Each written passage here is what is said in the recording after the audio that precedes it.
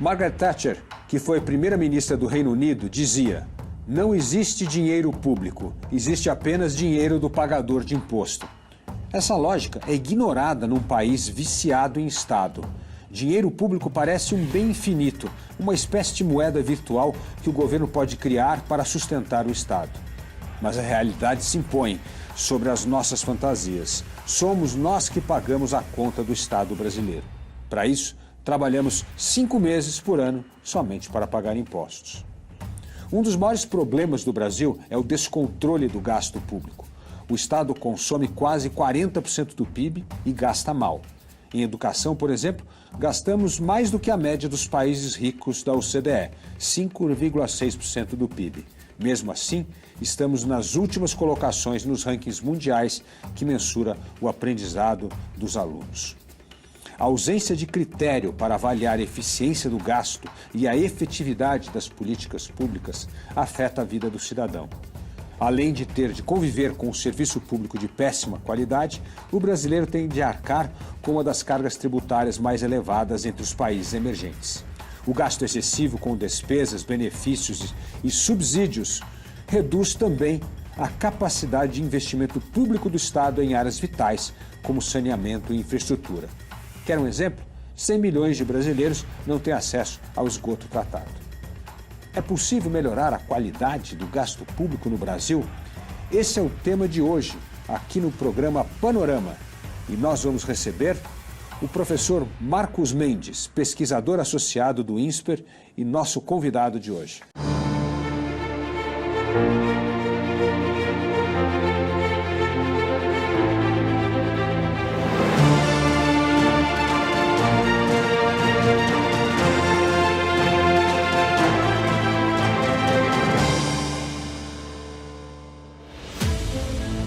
Marcos, muito bem-vindo ao Panorama. Muito obrigado pelo convite, um prazer. É um prazer estar aqui com você. E você que segue aqui o nosso Brasil Paralelo, não esqueça de assinar o canal e ter o melhor conteúdo de qualidade, as melhores entrevistas aqui, que nós produzimos exclusivamente para você. Marcos, por que o gasto público no Brasil tem feito de forma tão pouco criteriosa? Por que nós temos tanta dificuldade de criar mecanismos para mensurar a eficácia do gasto público? Bom, Luiz, se você olhar num histórico dos últimos 40 anos, o gasto público sempre cresceu, né? Principalmente depois, se a gente olhar depois da redemocratização. O que aconteceu foi que, com a redemocratização, ficou claro para os políticos que existe uma massa de eleitores desassistidos, de baixa renda e que legitimamente demanda assistência social. E com isso foi oferecido um pacote bastante grande de transferência de renda, diversas políticas sociais, algumas muito bem feitas, outras mal feitas, de modo que o gasto social é muito grande. E você tem uma outra característica da nossa sociedade, é que os grupos organizados, bem estruturados, grupos empresariais, grupos de interesse, têm uma capacidade de penetrar no processo decisório muito forte, né? Isso é uma coisa que a ciência política precisa estudar ainda, mas o fato é que nós temos 2 padrões de gastos. Aquele padrão de gasto para atender o chamado eleitor mediano e um padrão de gastos decorrente dessas demandas organizadas, e que tem muito trânsito, principalmente no legislativo, mas também no executivo. Durante muito tempo a gente conseguiu financiar isso aumentando carga tributária. Primeiro a gente financiou com inflação, depois veio o Plano Real, aí não podia mais financiar via inflação, aumentamos muito a carga tributária para financiar isso, chegou um limite, a gente não conseguia mais aumentar a carga tributária, que já está muito alta, e começamos a pagar via dívida, né? E nesse processo a despesa sempre cresceu. Nós estamos chegando numa hora da verdade em que a dívida já está muito alta e continuam as pressões para aumentar o gasto público. Então, estamos entrando em mares nunca antes navegados, antecipando talvez um pouco a nossa conversa. Esse arcabouço fiscal que foi proposto, ele não segura o crescimento da dívida, a gente está indo para uma dívida entre 85% e 90% do PIB lá em 2030, que é uma coisa que não existe para país de renda média. Então, nós vamos entrar num grau de vulnerabilidade muito grande. Então, você toca aí em dois pontos fundamentais, né? Primeiro, tem as corporações públicas e privadas capturando o orçamento do país e ditando o gasto público. E essa turma parece que não está vendo esse muro chegar num país que deve 80%, 90% do PIB, né? Eles continuam pressionando para mais gasto, mais subsídio. Vemos agora a discussão da reforma tributária, que no fundo é cada um querendo salvar o seu subsídio, o seu gasto, a sua isenção fiscal, né? Então esse é o primeiro ponto. E o segundo é a questão que você bem colocou, que é uma demanda por gasto social muito grande, exatamente por causa das desigualdades do país. Então, eu queria primeiro tratar da questão das corporações. Ou seja, é evidente que nós estamos caminhando para um ponto muito grave de inflexão, como você bem colocou, que é a gente ter 80%, 90% do PIB com gasto público. E as corporações não se dão conta com isso. E elas continuam pedindo, demandando na mesma forma do passado. Como é que a gente pode aumentar o grau de conscientização ou pelo menos evitar que essa demanda acabe colocando o Brasil numa situação praticamente de insolvência? Aí nós temos duas coisas, né? Primeiro, cada um acha que garantir o seu pedaço, desde que haja virtude no restante da sociedade, aquele pedaço dele não vai afetar o equilíbrio geral, né? Segundo, a tática tradicional dessas corporações é transformar o que é o seu benefício individual, pintá-lo com cara de benefício coletivo. Então, vou te dar um exemplo. Está tramitando pela terceira ou quarta vez a prorrogação da desoneração da folha de pagamento, que nada mais é do que um benefício fiscal específico para 17 setores da economia. Essa é uma medida bastante ruim, porque ela escolhe quem é o vencedor, ela concentra a renda, porque beneficia setores de alta renda, ela atrapalha a produtividade da economia, porque distorce preços relativos a dar subsídios para uns e não dá para outros, e gera um custo fiscal tremendo. Então, são três fatores bastante negativos. Mas como é que isso vem a público? Vem a público como? São os 17 setores que mais empregam na economia. Se você tirar esse benefício, vai ser um desemprego maciço. Então, cria-se uma narrativa de que aquilo ali é bom para a coletividade, quando, na verdade, é bom para quem está recebendo e negativo para o restante da coletividade. Isso a gente está vendo na reforma tributária. Cada um que chega, você cansou de ver aí nos jornais notícias do tipo custo dos planos de saúde vai subir 200% depois da reforma tributária, a mensalidade de escola vai subir 150%. Impossível, não dá para fazer essa conta. Mas esses números são jogados e acabam penetrando o debate público e fica essa ideia de que o interesse privado, na verdade, é o interesse coletivo. Ou seja, na verdade, é revestir o interesse corporativista como se fosse o bem comum, né? E isso criar uma narrativa que, na verdade, nós pagamos a conta. Aí tem duas coisas também, né? Tem um economista, o Guido Tabellini, que ele diz o seguinte: países que não eram democracias e transitaram para democracias, aqueles que fizeram reformas liberalizantes antes de transitar para a democracia se saíram bem. Aqueles que não fizeram reforma liberalizante continuaram estatizantes e distribuidores de benefícios e proteções durante o período não democrático e transitaram dessa forma para a democracia se saíram mal. Porque na hora que você transita para a democracia, todos aqueles mecanismos de captura de renda foram rapidamente politicamente ocupados, né? Os espaços políticos, eu fico com essa renda, eu fico com esse ministério, eu fico com esse fundo, né? E você perpetua esse modelo que trava o crescimento. Ao passo que, se você já tivesse feito reformas econômicas antes, quando você transita para a democracia, as pessoas já aprenderam a regra do jogo, já viram que é importante ter um mercado aberto, já tem as relações comerciais, as conexões comerciais todas estabelecidas. Você não regride para um modelo de captura do Estado tão forte como a gente tem no Brasil. Na verdade, é o exemplo do Chile aqui e o Brasil, né? O Chile conseguiu fazer as reformas antes da abertura democrática, né? E o Brasil, a abertura democrática foi feita antes de fazer essas reformas e, portanto, quando veio a Constituição de 88, já começou uma pressão muito grande para o aumento do gasto público, né? Mas aí tem o outro lado que você bem tocou, que é o segundo ponto, o segundo pilar, que são os gastos sociais. Mesmo esse, nós não criamos critérios para entender se esse gasto é eficaz, ou a efetividade desse gasto. Então, nós temos o caso da educação aqui, como nós dissemos, o Brasil gasta 5,6% do PIB, mas o gasto por aluno, o gasto com o aprendizado, é péssimo, tanto que isso reflete em todos os indicadores que nós temos. Como é que nós podemos estabelecer critérios para que esse gasto público seja mensurado e aí sim dobrar até o investimento nesses gastos que dão resultado e cortar dinheiro de gastos que evidentemente não estão dando resultado? Bom, primeiro tem esse debate, o Brasil gasta muito ou pouco com educação. Quando você vai conversar com pessoas que batalham por mais dinheiro para a educação, eles dizem, você não pode medir o gasto em educação como proporção do PIB, porque o nosso PIB é muito pequeno. Ou então, o professor brasileiro ganha 20% do que ganha o professor da Finlândia. Ora, mas o engenheiro brasileiro ganha também 20% do que ganha o engenheiro da Finlândia, porque nós somos um país mais pobre, eles são um país mais rico, né?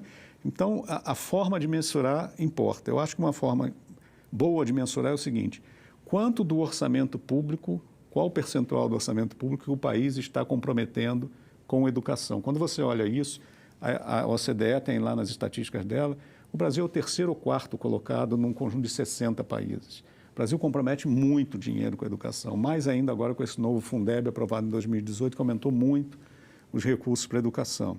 E como você falou, os resultados são muito ruins.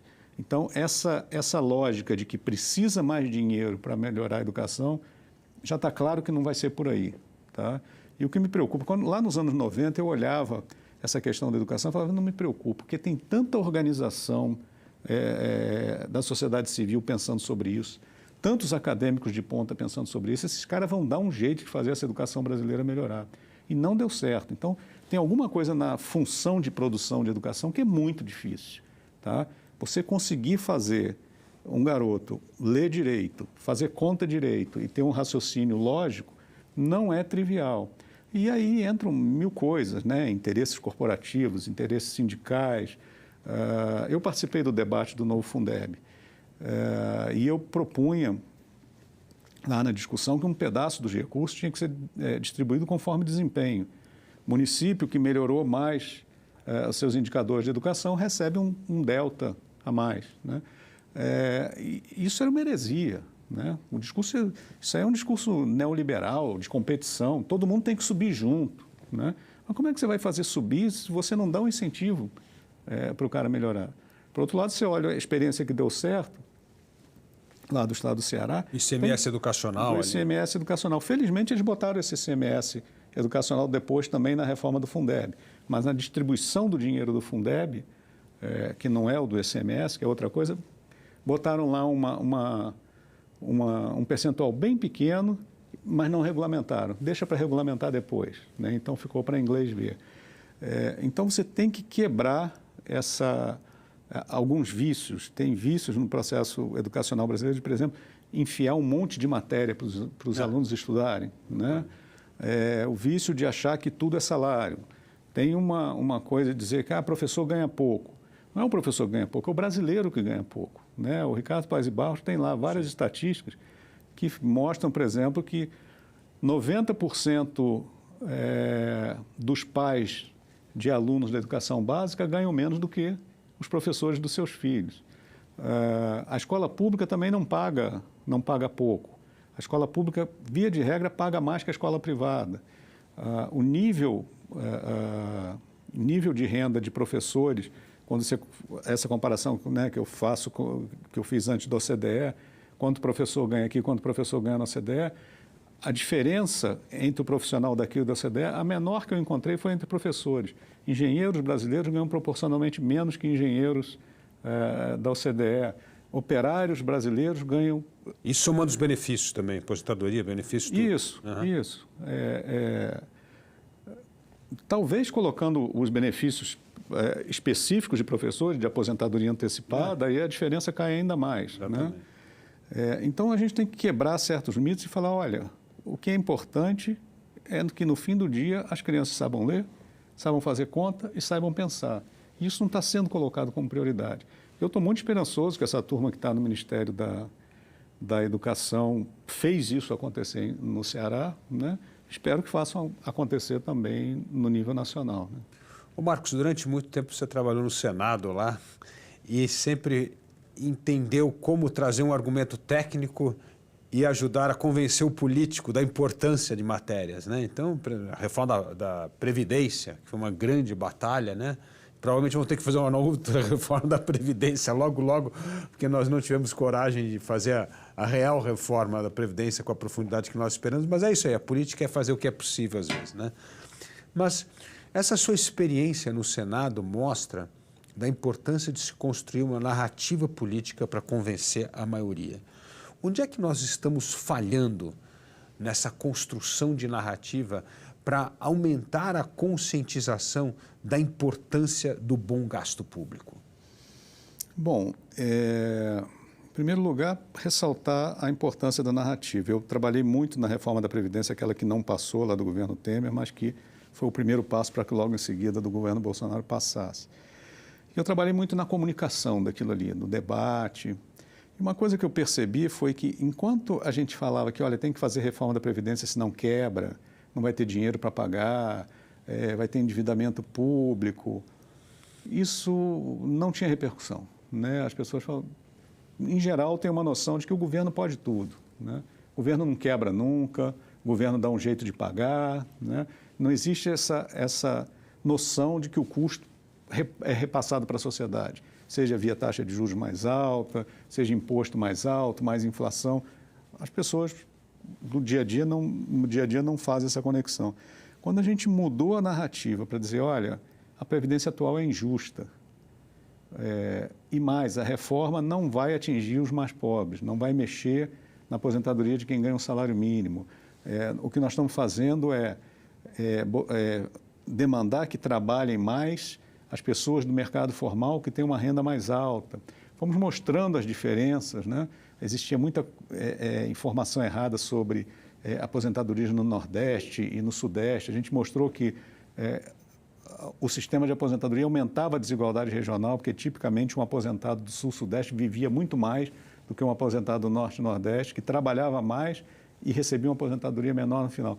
Quando você mudou a narrativa para, olha, isso aqui não está justo, né? A coisa colou mais, né? Então é importante, primeiro, essa questão da narrativa. Agora, eu me lembro nessa questão da Previdência, que nós estávamos lá do outro lado, né, ajudando na construção da narrativa, e eu me lembro que foi chave quando nós mudamos, que era para combater privilégios, né? Isso foi algo também que mobilizou, as pessoas entenderam que aquilo era para acabar com o privilégio, né? Uhum. Essa foi também algo que ajudou a reforçar a narrativa a favor da reforma da Previdência. Sem dúvida. A desigualdade e o privilégio. E o privilégio são duas palavras-chave. Nós precisamos usar mais essas palavras para tentar construir consenso em torno de determinadas coisas. Agora, essa ideia, aí, o segundo ponto da sua pergunta, como é que a gente muda a mentalidade em relação a como tratar o dinheiro público, quais os impactos de um déficit público, da interferência excessiva do governo na economia. Isso é muito difícil, porque você criou uma tradição intelectual no Brasil desde os anos 40, dos anos 30, 40, muito influenciado pelo pensamento da CEPAL, de que desenvolvimento econômico se faz via industrialização e que a industrialização tem que ser induzida pelo Estado. E vale tudo para isso, né? Então, isso abre um espaço enorme para subsídios, para benefícios, para proteção, que concentra renda, que destrói produtividade da economia, que destrói oportunidades de negócio, cria um espaço tremendo, aí já nas políticas de desenvolvimento regional, né, que também são muito fortes, um espaço tremendo para arbitragem de recursos públicos por políticos, a título de vou fazer o desenvolvimento do Norte e Nordeste, vou levar dinheiro para lá. Então, você cria um monte de instituição ineficiente, tipo Sudam e Sudene, que, ao fim e ao cabo, não entregam desenvolvimento econômico, mas entregam muito gasto público e muito baixa produtividade. Então, mudar essa mentalidade ao longo do tempo é muito difícil. Eu acho que a primeira coisa que a gente tem que fazer não ir para esse discurso de que o Estado não serve para nada, né? Eu acho que a gente tem que ir para um discurso de que o Estado tem que fazer o seu papel. Você vê, a gente está numa sociedade que gasta muito, né? Um gasto público, como você falou, de quase 40% do PIB. Quando você olha para órgãos públicos essenciais para o crescimento econômico, eles estão à míngua. Você tem o IBGE, que não teve dinheiro para fazer um censo decente. Você tem agências reguladoras com falta de pessoal, totalmente capturadas politicamente, frágeis, também sem recursos. Você tem a CVM, que é importantíssima, a Comissão de Valores Mobiliários, para regular o mercado de capitais, que também há muito tempo está tolhida, a CVM, SUSEP, todos esses órgãos de regulação que estão tolhidos, né? Por outro lado, você tem castelos do judiciário sendo construídos no Brasil todo. Então, você tem uma má alocação de recursos, que se a gente conseguisse, pelo menos, dar uma alocação mais eficiente para esses recursos, você, mesmo sem diminuir o tamanho do gasto público, você abriria umas condições muito melhores de desenvolvimento econômico. Mesmo na área de programas sociais. Você tem programas sociais que são absolutamente inócuos, não reduzem desigualdade, não reduzem pobreza e custam caro. Acabam dando dinheiro na mão de pessoas que estão ali no meio da distribuição de renda, que não são ricas, mas que não estão entre os 40% mais pobres. Tá? Eu costumo fazer uma conta, não sei se está atualizada, que já fiz há algum tempo atrás. Se a gente pegasse todo o gasto social de transferência de renda via Bolsa Família, benefício de prestação continuada, seguro defeso, abono salarial, esses programas que são transferência de renda direta. Se esse dinheiro desses programas fosse só para os 40% mais pobres da sociedade, tá? E não houvesse vazamento para as pessoas de maior renda, essas pessoas, os 40% mais pobres, eles têm uma renda média do trabalho familiar, tirando tudo que eles recebem de transferência de renda, eles recebem por volta de R$ 950 por mês. Tá? Se toda essa transferência de renda fosse só para essas famílias, você jogava a renda familiar dessas pessoas para algo como R$ 2.400. Nossa. Tá? Então, você vê o potencial que esse dinheiro tem. Só que ele vaza, né? Vaza para as pessoas que estão lá entre os 30% de maior renda, 40% de maior renda. Então, essa falta de foco de política social também é um problema sério e grave, mas na política você não consegue desmontar isso. Aquela frase célebre do Bolsonaro no começo do mandato dele, eu não vou tirar do pobre para dar para o miserável. É esse o argumento. É muito difícil você desmontar isso. Agora, a pandemia trouxe vamos dizer, uma vontade para se criar o cadastro único de uma forma um pouco mais criteriosa. Você acha que melhorou ou piorou? E se melhorou, é possível usá-lo para outros programas de renda para que nós possamos ter mais critérios para melhorar a qualidade do gasto público? Na verdade, o que aconteceu na pandemia foi um desmonte do cadastro único. O cadastro único vem sendo formado ao longo de décadas, é uma política bem sucedida. Você consegue saber quem é o cara que precisa, você consegue acompanhar a vida do cara mais pobre. É um modelo hierarquizado e em rede da União, estados e municípios, cada um cumprindo o seu papel. E quando chegou a pandemia, você poderia, claro que tem todo o choque da novidade, de ter que resolver rápido, resolver com pressa, nunca as coisas dão certo e você tinha que resolver. Mas, em vez de usar o cadastro único na pandemia, se criou aquele aplicativo em que um monte de gente se inscreveu, você pagou para um monte de gente que não precisava pagar e etc. e tal. E depois da pandemia, durante todo o governo Bolsonaro, o cadastro único ficou abandonado. Tá? E ali tem informações riquíssimas que você pode usar para várias políticas sociais. Cada pobre é pobre de um jeito. Tem um cara que não tem ninguém na família com capacidade laboral. Tem outro que tem capacidade laboral, mas não encontra colocação. Então, você pode usar aquele cadastro único de uma forma muito inteligente e consegue reduzir muito o custo das políticas sociais se você, através do cadastro único, conseguir chegar nas pessoas mais pobres. Agora, precisa investir no cadastro. Precisa pegar dados da administração pública toda e fazer comunicação com o cadastro único. né, pegar vários dados de características sociais dos indivíduos que estão nos vários registros públicos e unificar ali. Aí você tem uma capacidade de seleção e de direcionamento da política social que fica muito mais eficiente, muito mais barato. Eu me lembro no governo Bolsonaro, principalmente no ministério lá com Paulo Guedes, que houve um esforço grande, inclusive até tocado pelo Paulo Ebel, para a história da digitalização do governo, né? Isto andou? Andou. E ajuda a melhorar a qualidade dessas informações do governo? Andou bem. Você vê, por exemplo, você entra no aplicativo do SUS, tem lá todas as suas vacinas, as consultas que as pessoas fizeram e etc. Você consegue consultar o seu histórico de trabalho desde década de 70, alguma coisa assim. Muita coisa melhorou, mas ainda tem muito o que melhorar. Você tem aí nessa questão da digitalização um espaço enorme para aumentar a eficácia do setor público, diminuir necessidade de servidores, diminuir a estrutura e melhorar a provisão de serviços na ponta. Agora, o problema é que você tem, pelo menos no governo federal, a dependência de duas empresas estatais, o SERPRO e a Dataprev, que são duopolistas dos serviços prestados ao governo federal e cobram uma fortuna, porque como são pouco eficientes, elas têm que cobrar muito caro para se manter. Então, cada vez que você precisa extrair uma base de dados e perde ao SERPRO, eles pedem uma fortuna, né? Eu lembro que na época eu estava na discussão, eu acho que era até essa questão da desoneração da folha, não lembro qual era o assunto, um custo de bilhões de reais, coisa de 8, 10 bilhões de reais, que se estava tentando evitar, e eu pedi uma extração de dados à Receita Federal, e a Receita Federal falou, eu não vou fazer porque o SERPRO está me cobrando 50 mil para fazer essa extração de dados. Eu falei, então tá, vocês não vão pagar 50 mil, nós vamos perder 8 bilhões.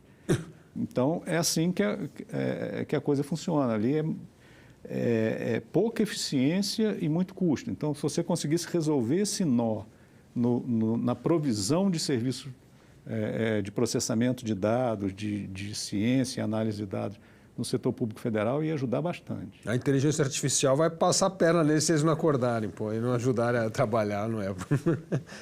Ô Marcos, você tocou num outro ponto cultural que me parece muito importante, né?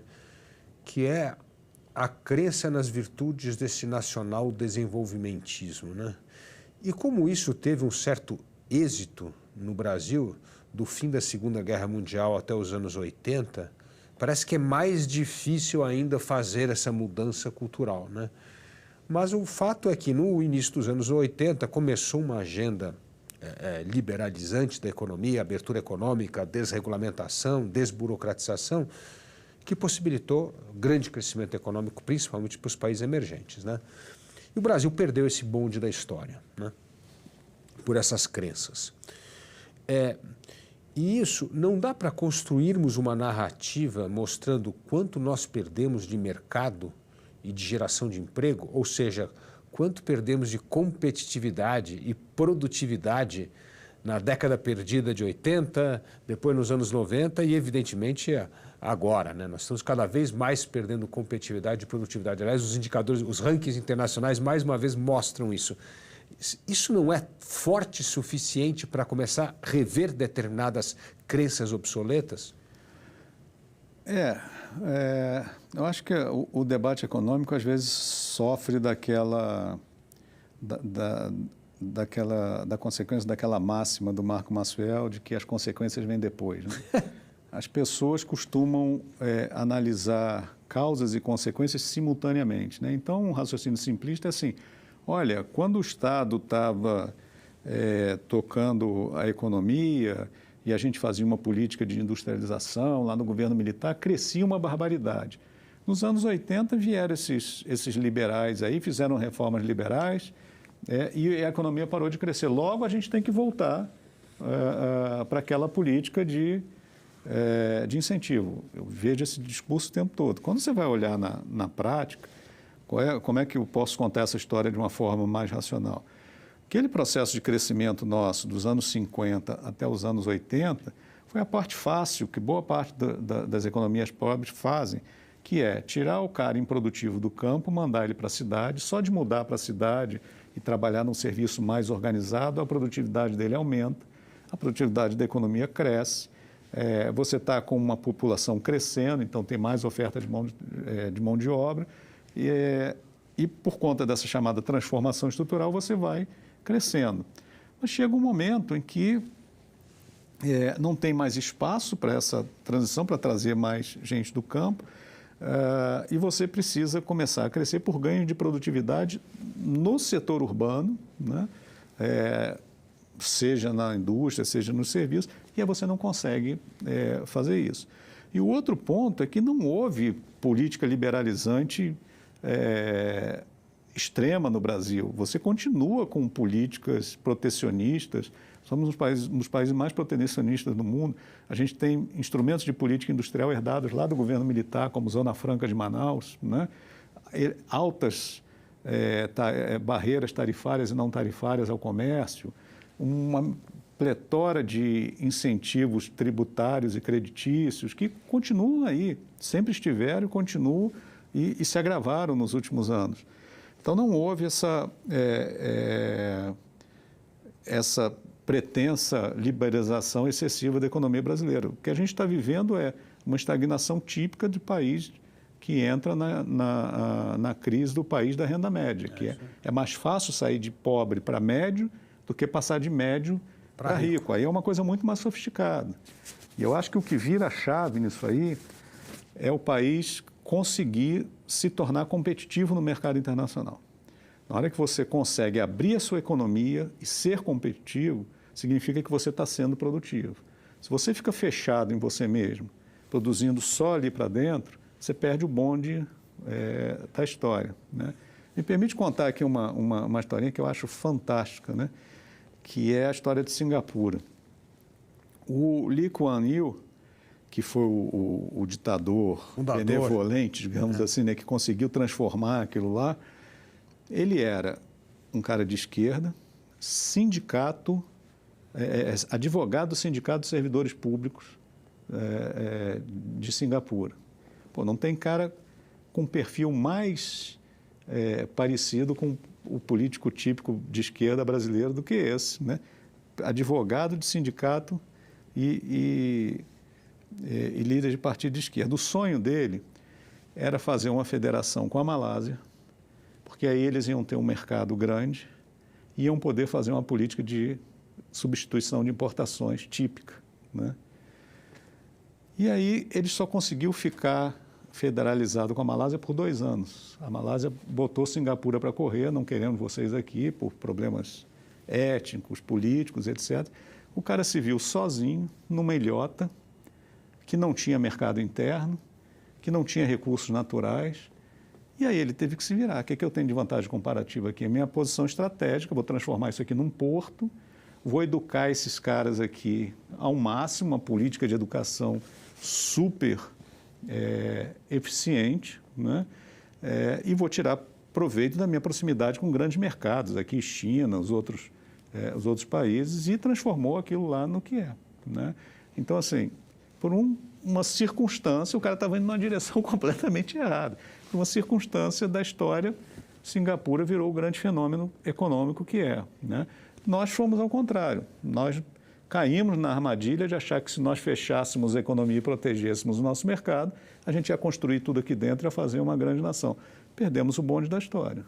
Aliás, outra história interessante do Lee Kuan Yew, ele foi visitar todas as ex-colônias inglesas e notou que todas o PIB per capita caiu depois da independência. E ele falou, então vocês ficaram pobres? Não, mas somos livres, somos donos do nosso destino. Então, parte desta ideia também de criar o Porto Livre foi fruto de perceber que os outros, a renda caiu em vez de aumentar depois da independência, né? Então, assim, abraçar a agenda modernizadora, liberalizante, que nós não abrimos até hoje a nossa economia, como você bem colocou, ainda que continua sendo tabu no Brasil, né? Essa história da reserva de mercado. Agora, outra coisa importante foi a dedicação a regras previsíveis, né? Criou uma burocracia extremamente profissional, né? No caso de Singapura. e uma abertura econômica que nós não fizemos. Por que você acha que a agenda da abertura econômica ainda não foi comprada nem mesmo por parte da direita brasileira, que também defende essa reserva de mercado, a indústria nacional? Primeiro, porque tem muita gente que ganha dinheiro com isso, né? Eu tenho uma indústria que não é nada de ponta, mas eu tenho um mercado cativo para mim, me dá um bom lucro, eu ganho bem, mando meus filhos para estudar na Europa e está correndo tudo muito bem, né? Estou acomodado, não preciso me esforçar para concorrer, né? Isso é muito bom individualmente para cada empresário, para cada acionista de um grupo que conseguiu morder o seu pedaço no campo dos benefícios, mas é ruim para o país, né? Então, isso gera... Além disso, nós produzimos empresas altamente dependentes do Estado, né?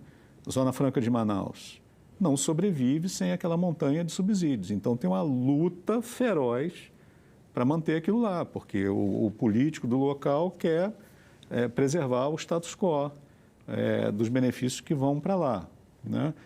Você cria um problema. De fato, se acabar a Zona Franca de Manaus, vai ter um vazio lá. Como é que você vai resolver isso? Tem que criar alguma coisa para substituir. Na Argentina, lá na região da Patagônia, tem uma Zona Franca que não deu certo. Você chega lá, está tudo largado, tudo abandonado, os galpões. Quer dizer, para o político, para a população local, isso é ruim, então eles lutam para isso. Outro exemplo, no segundo PND, você criou toda a indústria de base, de máquinas, equipamentos, indústria química, altamente dependente de proteção e subsídio, não sobrevive se concorrer. Então, ao perceber isso, os caras viram que era mais importante investir no lobby do que investir em melhoria de produtividade e eficiência. Então, quando eu estava no governo, toda reunião que eu ia, já tinha chegado primeiro o pessoal da associação A, B, C ou D, representando aqueles setores lá do segundo PND, todos eles lá, porque eles precisam da proteção, senão ninguém sobrevive. Então, tem uma inércia muito grande nas más decisões. Más decisões não prejudicam, mais uma vez, as consequências vêm depois e persistem, né? Más decisões não significam que você vai corrigir ali na frente. Às vezes geram uma inércia de décadas. Agora, Marcos, dá para fazermos uma abertura econômica de uma forma seletiva e gradual? Por exemplo, nós fizemos no agronegócio. O agronegócio brasileiro é altamente competitivo, disputa o mercado internacional. Pelo contrário, hoje a nossa eficiência é tão grande nesse setor, começa a retaliação para proibir produtos brasileiros, né? E outra área que nós temos uma enorme oportunidade é a questão dessa economia de baixo carbono, ou seja, o Brasil também, energias renováveis, bioeconomia, temos aí uma oportunidade gigantesca de atrair dinheiro de mercado e se tornar uma grande potência mundial nessa área. É possível começar esse processo de abertura por essas áreas ainda que não foram capturadas pelo corporativismo? Vamos primeiro falar do sucesso do agronegócio, porque eu acho que ele é um exemplo bem bacana para a importância do comércio e para a importância de você ter uma economia aberta. O agronegócio recebeu tanto subsídio e tanta proteção quanto a indústria. Tem lá plano safra subsidiado, tem vários mecanismos de crédito, teve inúmeras aprovações no Congresso de perdão de dívida de agricultor, de grandes agricultores. Agora, não foi isso que fez o agro se desenvolver. O que fez o agro se desenvolver foi passar na prova do pudim de conseguir competir internacionalmente, tá? Imagina se o agro tivesse se fosse aplicada ao agro a mesma lógica que foi aplicada à indústria nacional. Não, vamos produzir aqui para dentro do país, que o nosso mercado é grande. E está até hoje fazendo feijão com arroz para os brasileiros. Você está vendendo carne para o mundo inteiro, laranja para o mundo inteiro, a escala é outra, né? Os caras conseguiram, né, fazer isso. Teve ajuda estatal? Teve pesquisa, ciência, tecnologia bem feita, teve pesquisa privada também, e isso desenvolveu. Aí me leva também para a questão da economia regional. Tá? Estamos há 70 anos subsidiando o Norte e Nordeste e a renda per capita do Norte e Nordeste continua na mesma proporção do Sul e Sudeste. Aí você olha o Centro-Oeste disparou. Verdade. Por quê?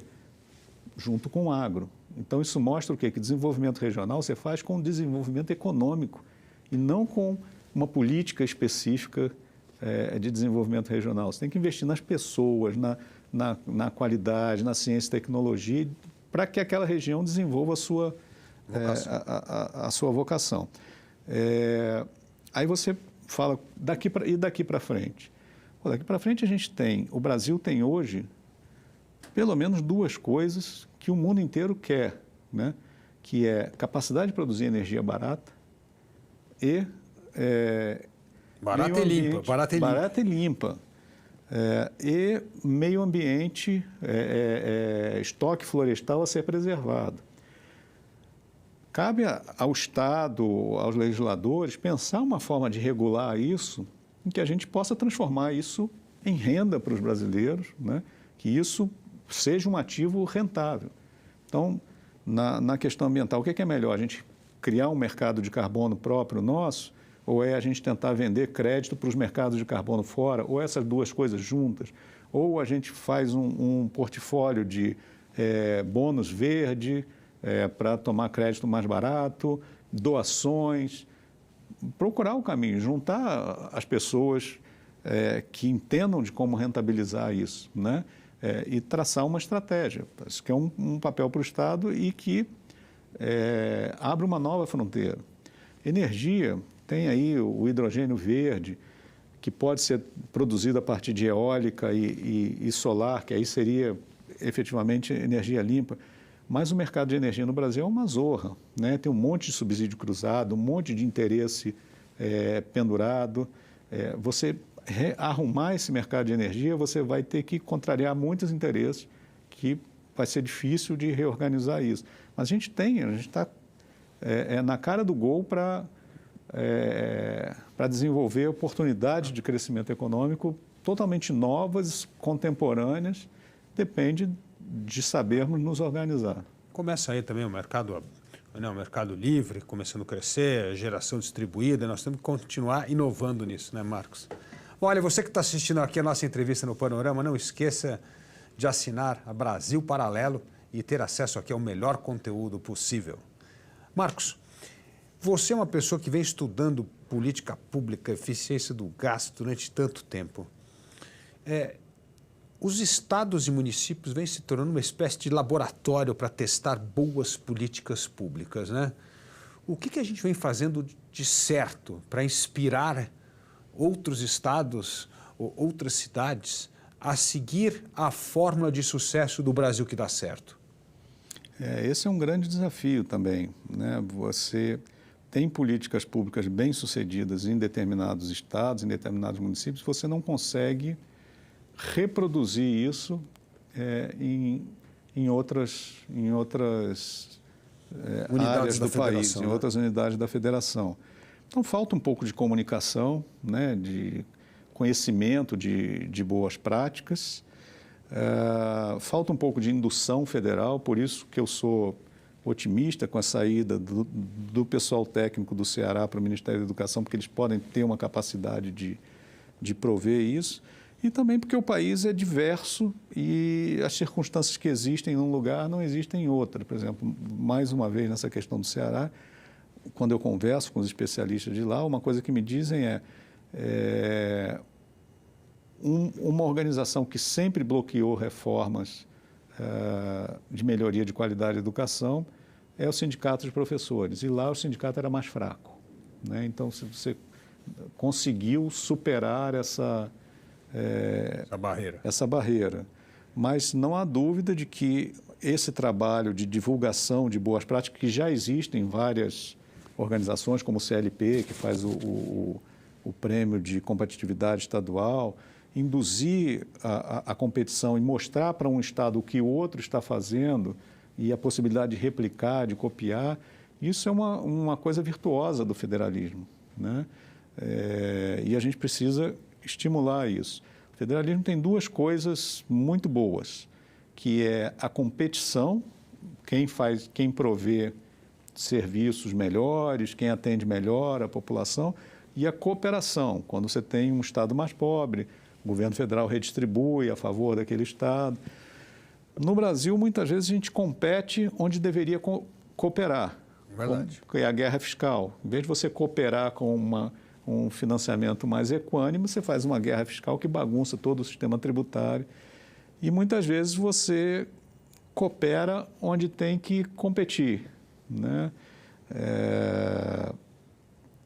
Então, você cria uma espécie de pacto de mediocridade na provisão de muitos serviços, quando você devia estar, os estados deviam estar competindo para cada um querer ter um desempenho melhor que o outro. Então, essa agenda federativa, eu acho que ela pode melhorar muito com a reforma tributária, vai pelo menos nessa questão da competição indevida, ela pode contribuir bastante. E há, sim, sem dúvida, espaço para melhorar muito a qualidade de política pública, aprendendo com o que a gente já faz no Brasil. Ô Marcos, na história recente do Brasil, nós tivemos um período que parecia que nós íamos trilhar o caminho correto, né? Foi durante o governo Michel Temer, né? Ali nós saímos de um período de voluntarismo do Estado no governo Dilma Rousseff, né? Taxa de juros começou lá com 14,4%, justamente porque Dilma fez o que Lula sonha fazer, que é intervir no Banco Central e fazer com que a taxa de juros suba, apesar da inflação, né? E depois veio a ideia do teto do gasto, veio uma disciplina fiscal muito grande, derrubou essa taxa de juros para quase 6% lá, né? Então mostrou que o Brasil precisava desses instrumentos para disciplinar a inflação, estabilizar essa relação dívida-PIB e que isso é a coisa fundamental para derrubar a taxa de juros. Você vê o Brasil no médio prazo, ou principalmente no curto prazo, adotando um caminho de racionalidade fiscal para fazer com que essa taxa de juros caia para valer? Ou essa estabilização de relação dívida-PIB, meta de inflação, tudo isso vai ser jogado no lixo e vamos cometer os erros do passado? Olhando a coisa de uma forma mais ampla no tempo, a avaliação que eu faço é que no Brasil, pós-redemocratização, a gente vive ciclos, né? O ciclo é mais ou menos o seguinte: a gente adota uma série de políticas inconsistentes, política fiscal, monetária, de balanço de pagamento inconsistente. Aquilo ali permite um crescimento de voo de galinha durante um tempo, mas acaba resultando numa crise. Aí aquela crise abre espaço político para algumas reformas. Está todo mundo preocupado, o PIB caiu 5%, precisamos dar um jeito, aí abre espaço para, vamos fazer ajuste fiscal, vamos cortar os excessos, vamos reformar essa e tal e qual instituição. Aí isso vai melhorando o ambiente. Mas você botou o nariz fora d'água, os interesses estabelecidos de sempre voltam. Não, já está tudo bem, vamos voltar a dar subsídio, vamos voltar a dar benefício fiscal, vamos voltar a dar estímulo fiscal. Aí você cresce mais um pouquinho e, bumba, bate na crise e o ciclo se refaz, né? Eu consigo descrever a história econômica brasileira de meados dos anos 70 até agora fazendo esse ciclo, né? Então, o governo Michel Temer foi uma parte desse ciclo. Você veio de um governo, segundo Lula e os dois governos da Dilma, que arrebentaram a economia, né? Geraram lá uma queda do PIB de mais de 7%. E aí criou uma mobilização. Você chegava no Congresso, estava todo mundo disposto a fazer tudo para sair daquela situação. Foi possível, por exemplo, aprovar um teto de gastos. Só não aprovou a reforma da Previdência porque teve aquela crise política lá do Joesley. Mas aquelas reformas ali, foram feitas também várias reformas no sistema financeiro, subsídio de taxa de juros, melhoria de instrumentos de financiamento. TLP no BNDES. TLP, reforma trabalhista. A lista é bastante grande, né? Aí, na sequência do governo Bolsonaro, foi feita a reforma da Previdência, outras coisas vieram, marco do saneamento, lei das estatais.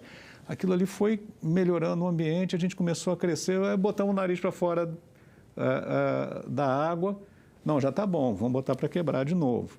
E aí, com a questão da pandemia também, né? A pandemia veio e criou no mundo inteiro uma maior liberalidade em relação a gasto público, a acumular dívida. A gente faz dívida e depois vê como é que paga, uma questão de emergência, vamos fazer. Então, o governo Michel Temer faz parte desse ciclo, né? Do momento de fazer a reforma em que você começa a subir de novo, mas logo em seguida, né, Aí derruba o teto de gastos, aí... PEC kamikaze, PEC dos precatórios, tudo aquilo que a gente já conhece que desandou as contas públicas. Exatamente. Né? Marcos, você vê com otimismo ou pessimismo a aprovação de uma agenda de reformas agora, principalmente a reforma tributária? Você acha que ela é administrativa? Você acha que essas duas reformas têm alguma chance de aprovar? Não, eu acho que a única reforma que está na pista é a tributária. Não vejo a menor possibilidade de falar em reforma administrativa agora. E é a grande cartada que a gente tem. Tá? De toda a agenda desse governo, a reforma tributária me parece a única que está na direção certa, né? É uma reforma que ela tem as características típicas de uma reforma para ser aprovada, que já vem sendo estudada há muito tempo, os alinhamentos já vêm sendo feitos, não é nenhuma ideia nova, assim como a reforma da Previdência, né? Precisou muito água mole, empedradura batendo, até cair a ficha de que tem que fazer, né? Eu acho que a reforma tributária está nesse ponto. Poderia ter sido feito no governo Bolsonaro. O governo Bolsonaro preferiu mudar de rumo, falar de CPMF, jogou fora essa oportunidade. Então, agora, você tem a reforma aí colocada, mas ela enfrenta a realidade da economia política brasileira. O que nós temos agora, como você falou, cada um querendo preservar o seu privilégio, seja em termos federativos, dos estados querendo mais transferência da União, seja em termos setoriais, cada setor querendo a sua alíquota favorecida. Vamos ver o que resulta disso, se o relator e se a coalizão política que se fez em torno da aprovação dessa reforma vai limitar mais ou menos essas exceções, né? Você tem o caso da Índia, que fez uma reforma similar alguns anos atrás, se não me engano, 6 anos atrás, e foi isso. A reforma que acabou passando foi uma reforma com 7 alíquotas, um monte de penduricalho e tudo. Mesmo assim, a literatura atual está mostrando que teve um impacto bastante bom na produtividade, no potencial de crescimento da economia. Poderia ter sido muito melhor, né? Então, o nosso esforço agora é para que o esforço dos brasileiros agora é para que essa reforma passe da forma menos distorcida possível, porque isso não é a bala de prata, mas desata um dos nós que amarra o crescimento brasileiro. E isso pode impactar a retomada do crescimento, você acha, nos próximos 2 anos? Não é coisa para os próximos 2 anos, é coisa para 5, 10, 15 anos. Não é uma coisa que vai dar um impulso na economia. Esse é outro problema, a gente fica sempre o tempo todo procurando o que vai dar um impulso imediato na economia. E consegue até alguma coisa que dá um impulso imediato, lá nas frente você dá com os burros na água porque aquilo é inconsistente. Crescimento econômico é um negócio que você tem que cultivar, tá? Você tem que ter direito de propriedade bem garantido, respeito a contrato, ambiente de negócio tranquilo, preço de energia previsível e adequado, portos capazes de escoar a sua produção, uma infraestrutura de distribuição. Você tem que ter, sobretudo, capital humano, né? Pessoas capazes não só de inovar, mas de operar as inovações. Né? Um problema crônico no Brasil é que você tem uma taxa de desemprego alta e falta de trabalhadores em funções qualificadas, porque não tem gente com formação para trabalhar nas coisas mais qualificadas. Então, crescimento econômico é uma coisa que demanda várias providências. Não existe uma promessa de faça isso, nós vamos crescer para caramba. Né? E tem outra coisa que é importante diferenciar, que é o seguinte: a ideia do mercado financeiro, do pessoal mais voltado para o curto prazo não, agora está bom, agora eu estou otimista, mas o cara está olhando um ano. Exatamente. Porque é a função dele, ele tem que ganhar dinheiro ali dentro daquele um ano, né? Agora, quando eu falo em crescimento econômico para reduzir pobreza, eu não estou olhando um ano, eu estou olhando 5, 10, 15 anos para frente, crescendo de forma constante, não tendo grandes recessões para mandar para trás, sem grande volatilidade, né? E aí as condições são outras, muito mais difíceis.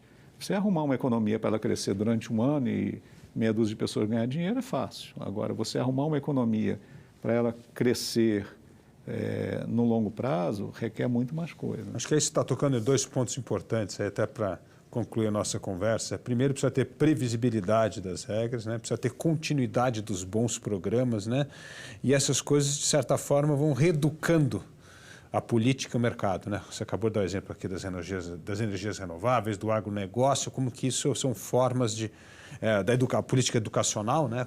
Como isso vem transformando não só um estado, mas agora vem sendo adotado de forma federativa e já foi adotado por outros estados voluntariamente antes de tornar uma política nacional, né? E agora, o Marcos, você que trabalhou no Senado, eu vejo hoje um descompasso muito grande entre o Senado e a Câmara. A Câmara parece que tem um senso de urgência maior, né? Votou aí, derrubou o decreto do presidente na questão do marco do saneamento, que era um absurdo, que era manter reserva de mercado, focou na reforma tributária como uma questão fundamental, né? Votou o marco temporal de alguma forma, ou seja, parece que existe um senso de urgência maior do que no Senado. Por que isso? Eu não sei fazer essa avaliação, Luiz. O que eu vejo no legislativo como um todo é o seguinte: tem muita gente falando que o Congresso vai fazer o peso e contrapeso e vai impedir o governo Lula de fazer maluquices, né? De fazer políticas extremadas. Isso, de certa forma, se comprovou nesse começo de governo, que o governo chegou com tudo, né? Chegou dizendo que ia acabar com a privatização da Eletrobras, que ia reverter a reforma da Previdência, que ia reverter a lei das estatais, que ia reverter o marco do saneamento, que ia reverter a reforma trabalhista. E o Congresso deu uma trava, né? Principalmente a Câmara, porque a Câmara é onde as coisas começam, né? O Senado acaba sendo reflexo, porque as matérias vão depois para o Senado. Mas a Câmara e o Senado, eles são capazes de fazer esse peso e contrapeso nos grandes temas em que a imprensa está em cima, o mercado está em cima, a opinião intelectual está em cima, mas no varejo do dia a dia, isso não acontece, né? Então, na tramitação ali das matérias, continuam aprovando um monte de isenção tributária. Jabuti estão ali. De jabuti, continuam aprovando um monte de coisa que dá dinheiro para alguns e prejuízo para um monte de gente. Vide as emendas parlamentares, que foram de 15 bilhões para 40 e tantos bilhões, e daí ninguém vai conseguir voltar para trás, né? Então, eu tenho uma visão, não tenho essa visão de que de uma hora para outra o parlamento virou virtuoso. Nós temos muitos problemas ali dentro. Talvez essa diferença de Senado e Câmara seja pelos estilos dos seus presidentes, pela maior agressividade e maior proatividade do presidente da Câmara, né? O presidente do Senado é mais low profile, né? Então, talvez seja essa a diferença. Questão de estilo de liderança. Marcos, olha, muito obrigado. Ainda teremos um longo caminho para essa cultura da importância do gasto público, né, se tornar uma parte da consciência nacional, e isso como uma forma de pressionar o Congresso e a classe política a desmamar um pouco o Brasil de tantos benefícios. Afinal de contas, gastamos mais de 500 bilhões de reais em subsídios só o ano passado, né, Marcos? Eu acho que temos 2 agendas aí, uma agenda de qualidade do gasto, que inclusive o governo está tentando tocar, criou uma secretaria lá no Ministério do Planejamento para tocar isso aí, mas até hoje todo mundo que tentou entrar nessa seara teve muito pouco sucesso, porque onde há um gasto ineficiente, há gente ganhando e que não quer deixar de ganhar, e aí bloqueia esse tipo de coisa. Mas essa é uma agenda que a gente não pode continuar evitando, sob pena de ser um país que vai continuar cronicamente deficitário, cronicamente com uma taxa de juros muito alta e com poder de crescimento muito baixo, uma produtividade muito baixa. Marcos Mendes, muito obrigado pela sua participação aqui no Panorama. Foi um ótimo bate-papo, muito esclarecedor para os nossos telespectadores. E você que gostou da nossa entrevista, não esqueça de assinar o canal do Brasil Paralelo. É isso aí. E te espero na próxima semana, aqui, terça-feira, às 20 horas, para o próximo Panorama. Até lá!